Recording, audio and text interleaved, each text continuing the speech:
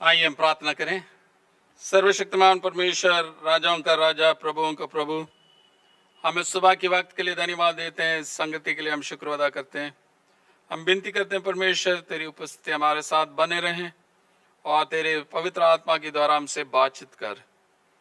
आज विशेष रूप से जब प्रार्थना के बारे में हम सीखते हैं, तू तेरे पवित्र आत्मा के द्वारा हमें समझने के लिए बुद्धि और समझ दे, ताकि परमेश्वर आपकी वचन के अनुसार हमारे जीवन बिताएं। हमें प्रार्थना करना सिखा परमेश्वर, ताकि हमेशा आपके साथ एक घनिष्ठ संबंध हम रखें। ये सब प्रभु यीशु मसीह के नाम से मांगते हैं, आमीन। आज का जो विषय है कि प्रभु हमें प्रार्थना करना सिखाइए। प्रभु हमें प्रार्थना करना सिखाइए।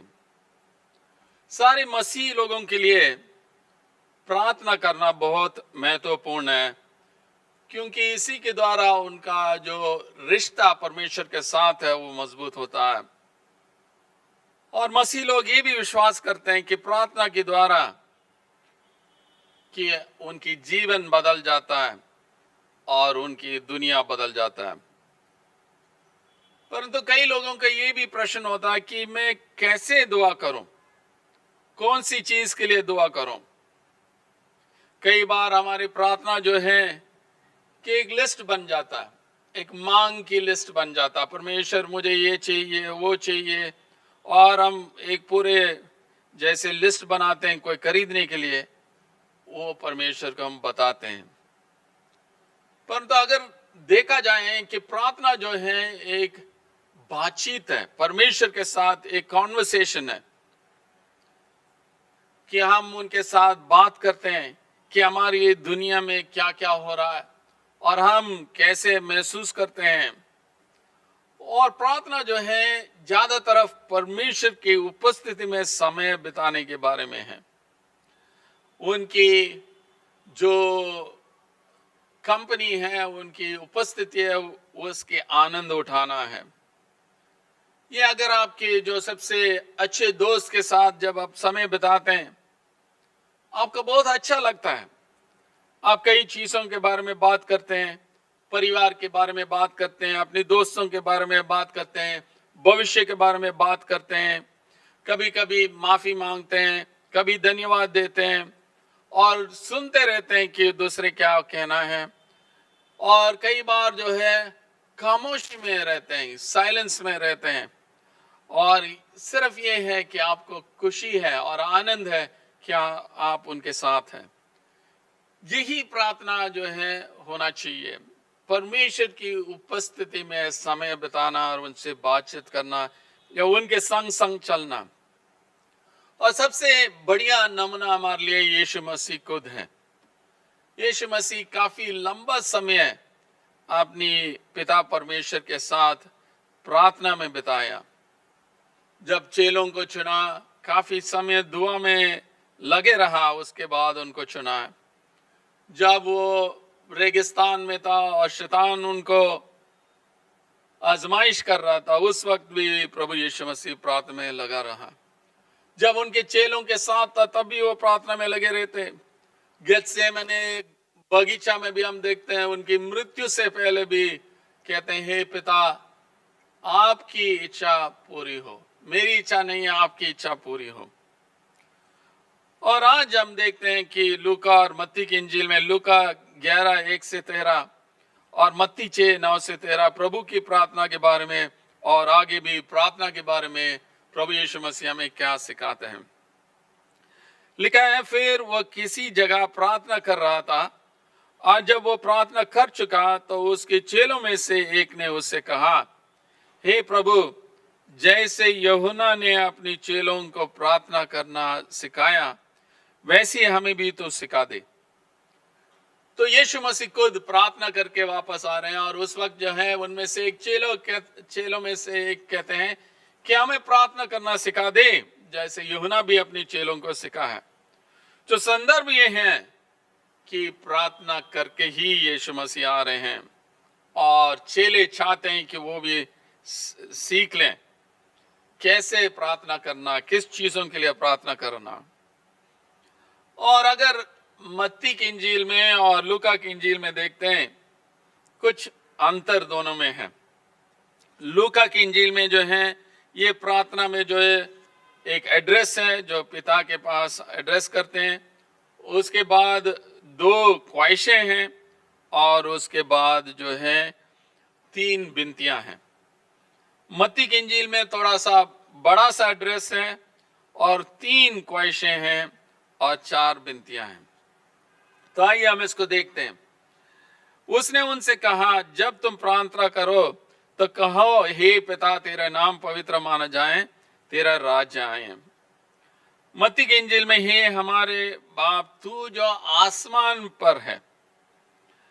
हे हमारे बाप, हमारे का शब्द जो है प्रार्थना में, हमारे शब्द के प्रयोग से पता लगता है कि प्रार्थना परमेश्वर को उनकी सांप्रदायिक अस्तित्व में यीशु की शिष्यों के रूप में संबोधित है, यानी एक सामूहिक रूप में वो हे हमारे बाप कहते हैं। और यीशु मसीह कहते हैं कि हे हमारे बाप। ये शब्द जो है अब्बा शब्द जो इस्तेमाल किया यीशु ने, और वो यहूदियों ने इस्तेमाल नहीं करते थे, तो यीशु इसी के द्वारा दिखाते हैं कि प्रभु परमेश्वर एक व्यक्तिगत परमेश्वर है। केवल कोई ऐसा व्यक्ति नहीं था जो परलौकिक था, कोई बाहर का व्यक्ति था, बल्कि वह परमेश्वर जो आसन था, बहुत निकट था, और कोई उस व्यक्तिगत रूप में संबोधित कर सकता था, यानी वो बहुत नजदीक है, वो सिर्फ दूर का परमेश्वर नहीं है। और दूसरा जो है कि वो एक पिताजी के रूप में है, एक मोहब्बत करने वाला परमेश्वर है। कई बार हम पिताजियों के बारे में देखते हैं जो अपने बच्चों को दुरुपयोग करते हैं, परंतु ऐसा पिता नहीं है। एक पिता जो अपने बच्चों को प्यार करते हैं, वही पिता का बताया जा रहा है। और वो एक सामर्थ्य वाली परमेश्वर है, क्योंकि वो स्वर्ग में रहता है। और मत्ती की इंजील में ये भी लिखा है कि आपकी इच्छा पृथ्वी में पूरे हो जैसे स्वर्ग में है। तेरा नाम पवित्र माना जाए, यानी उनका नाम पवित्र हो, क्योंकि हमारी इच्छा है कि उनका नाम को आदर दिया जाए हमारी जीवनों में, कलीसिया के जीवनों में, दुनिया में। नाम का मतलब कि हम परमेश्वर को रेफर करते हैं। और कई बार पुराने नियम में हम देखते हैं, खासतौर से एजिकल नबी 36 में, कि उनका नाम बदनाम हुआ है, क्योंकि इज़राइल के लोग जो हैं कि देवी देवताओं के पीछे चले गए और गलत रास्ता में जा रहे थे, और परमेश्वर उनको बताते हैं कि मैं आपको अलग रखा है, मेरे पवित्र नाम की सेवा के लिए रखा है। तो वैसे आज भी परमेश्वर ने हमें बुलाया, परमेश्वर की कलीसिया, परमेश्वर की दुनिया के लिए बुलाया गया है, और इसलिए हम उनका नाम को पवित्र करना, हम नमूना बनना दुनिया के लिए। तो तेरा नाम पवित्र माना जाए, तेरी राज्य आए, और तेरा इच्छा पृथ्वी पर हो जैसे स्वर्ग में है।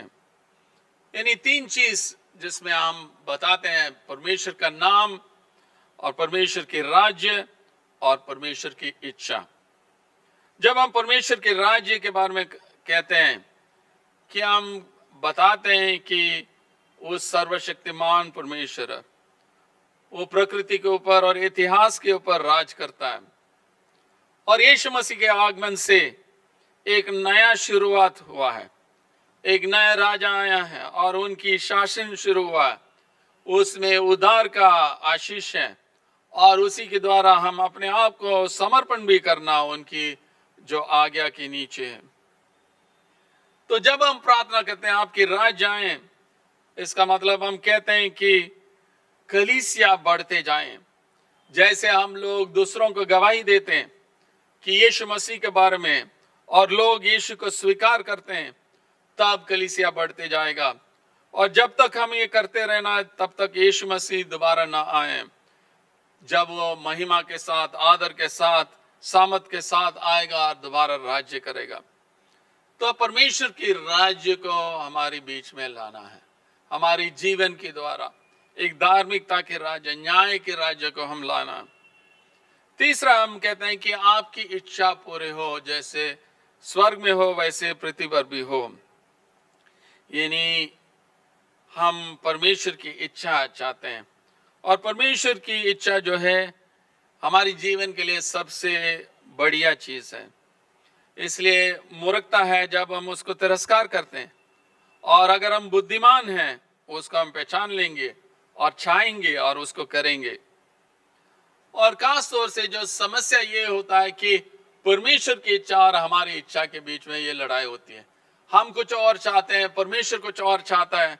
इसलिए हम डिजर्न करना, पहचानना है कि परमेश्वर मेरे जीवन से क्या चाहता है। तो 3 चीजों हमने देखा है इसमें। आपके नाम पवित्र माना जाए, आपकी राज्य आए और आपकी इच्छा पूरे हो।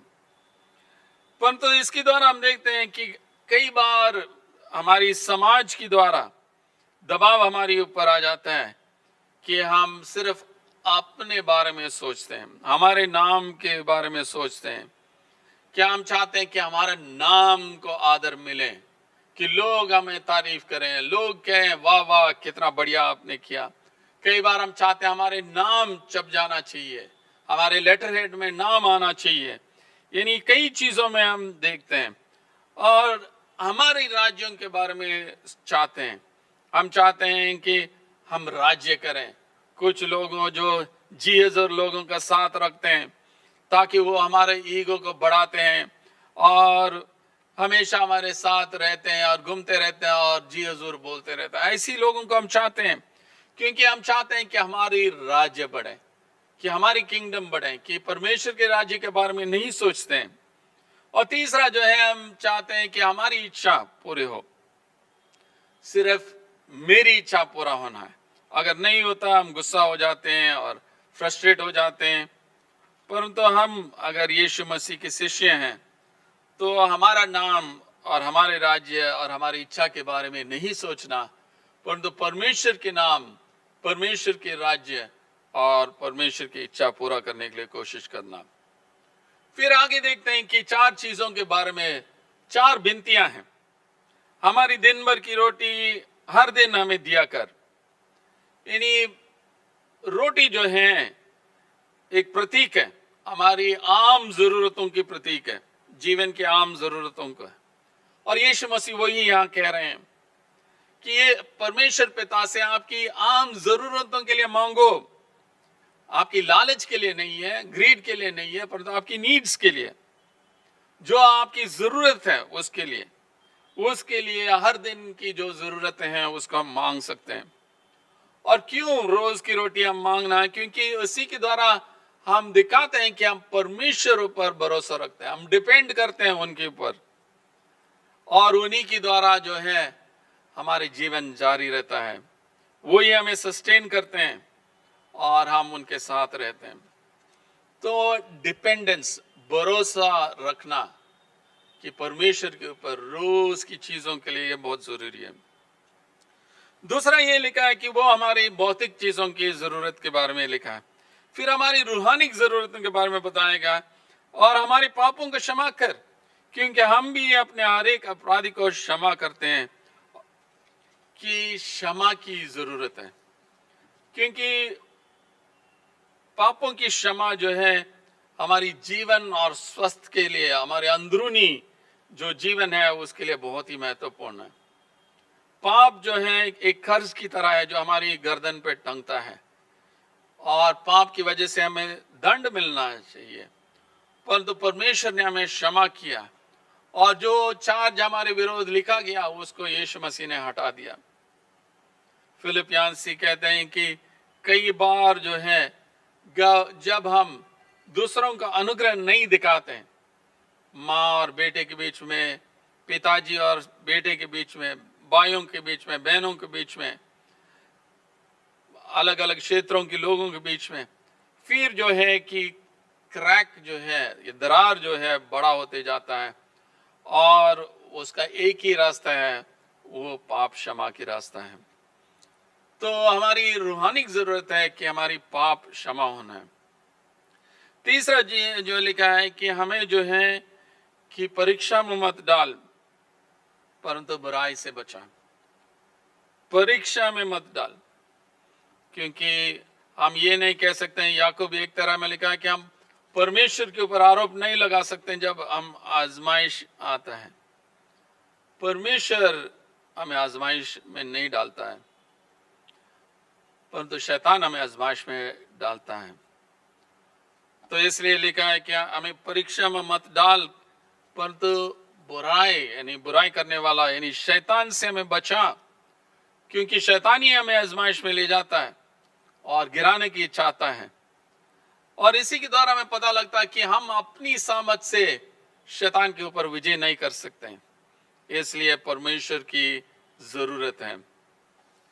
तो इस दुआ में हमने देखा कि पहले परमेश्वर के नाम को आदर करें जो स्वर्ग में है, तो आपका नाम पवित्र माना जाए, आपके राज्य आए और आपकी इच्छा पूरा हो जाए। फिर हमने 4 चीजों के लिए देखा जो हमारी विनती है। रोज की रोटी हमारी भौतिक चीजें, पापों की माफी हमारी जो रूहानी जरूरत है, और बुराई से बचना जो है हमारी नैतिक जरूरत है। तो ये चीज जो है आजमाइश में न पड़ना परंतु बुराई से बचना, ये 4 विनतियां हम देखते हैं और फिर हम धन्यवाद देते हैं, आदर देते हैं। लूका की इंजील में जो है आगे कुछ चीज बताया गया। 11:5 में लिखा है प्रार्थना के बारे में, किस तरह हम प्रार्थना में लगे रहना है। लिखा, और उसने उनसे कहा, तुम में से कौन है कि उसका एक मित्र हो और वह आधी रात को उसके पास आकर उसे कहें कि हे मित्र, मुझे 3 रोटियां दे, क्योंकि एक यात्री मित्र मेरे पास आया है और उसके आगे रखने के लिए मेरे पास कुछ नहीं है। और वह भीतर से उतर दे कि मुझे दुख ना दे। जब तो द्वार बंद है, अब तो द्वार बंद है और मेरे बालक मेरे पास बिछोने पर है, इसलिए मैं उठकर तुझे दे नहीं सकता। मैं तुमसे कहता हूं, यदि उसके मित्र होने पर भी उसे उठकर ना दें, तभी उसकी लज्जा छोड़कर मांगने के कारण उसे जितनी आवश्यकता हो उतनी उठकर देगा। तो यहाँ पे एक छोटा सा कहानी बताया गया कि एक व्यक्ति है जिसका मित्र रात में आ जाता है और उनको खाने के लिए कुछ भी नहीं है, तो अपनी पड़ोसी के दरवाजे में जाके आधी रात में खटखटाता और कहता कि 3 रोटी मुझे दो, क्योंकि मुझे एक मित्र आया, उनको खाने के लिए कुछ भी नहीं है।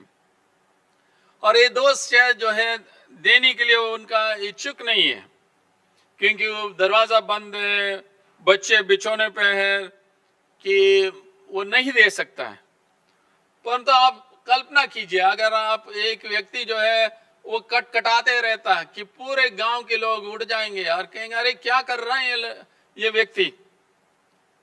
तो यहाँ पे जो बताया जा रहा है, हम हिम्मत और हियाव के साथ परमेश्वर से मांगना है, लजा नहीं करना, कि शेमलेस परसिस्टेंस, यानी हम मांगना है, हिम्मत और हियाव के साथ लगे रहना है।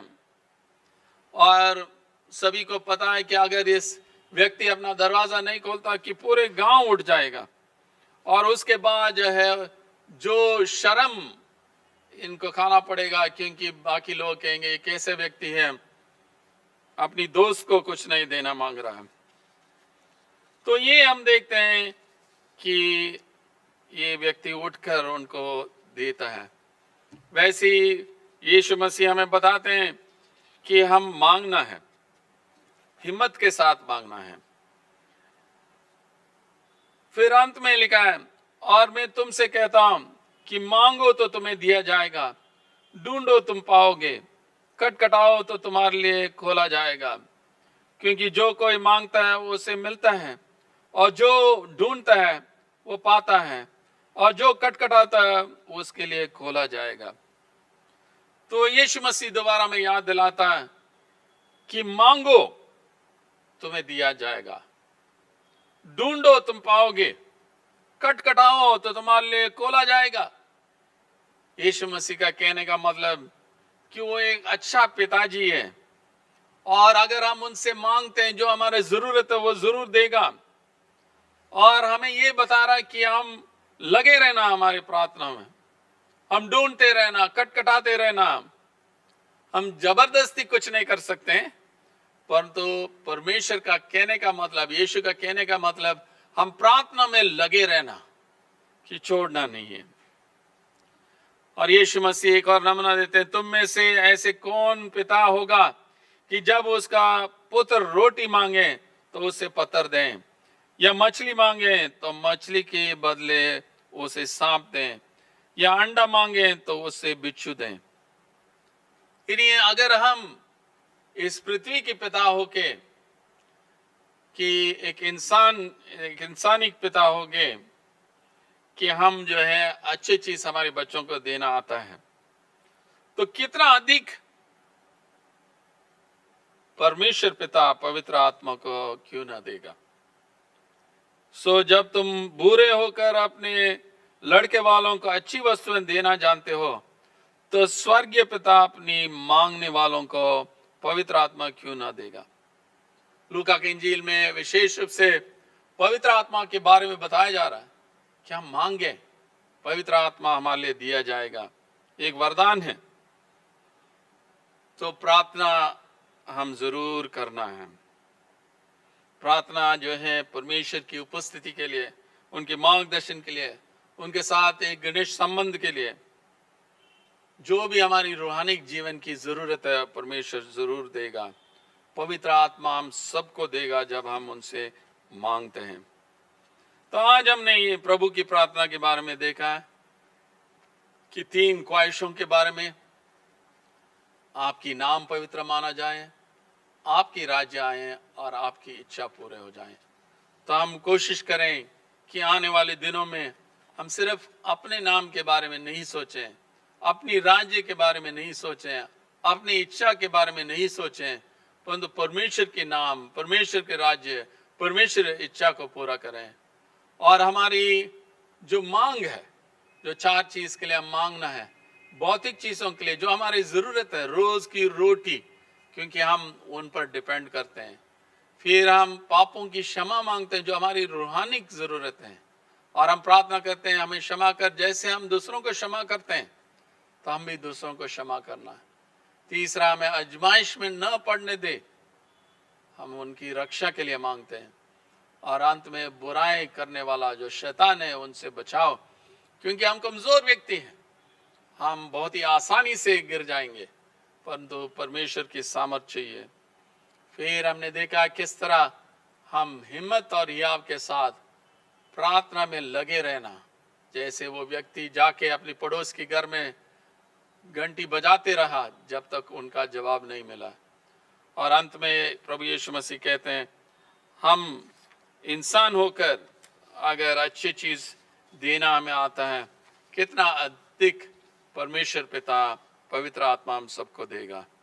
तो हम विनती करें और प्रार्थना करें कि परमेश्वर हमें उनकी आत्मा दें, ताकि उसके द्वारा हम अपना जीवन ऐसे बिताएं जिसके द्वारा परमेश्वर को महिमा मिले।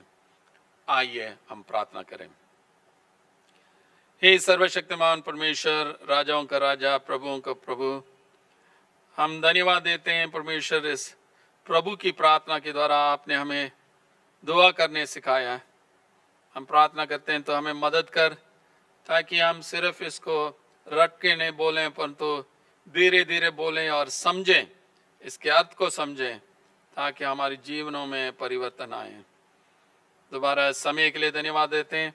हम प्रार्थना करते हैं कि हम हमेशा हिम्मत और हियाव के साथ हमारे प्रार्थना में लगे रहें, ताकि परमेश्वर आप उसके लिए जवाब देंगे। ये सब प्रभु यीशु मसीह के नाम से मांगते हैं, आमीन।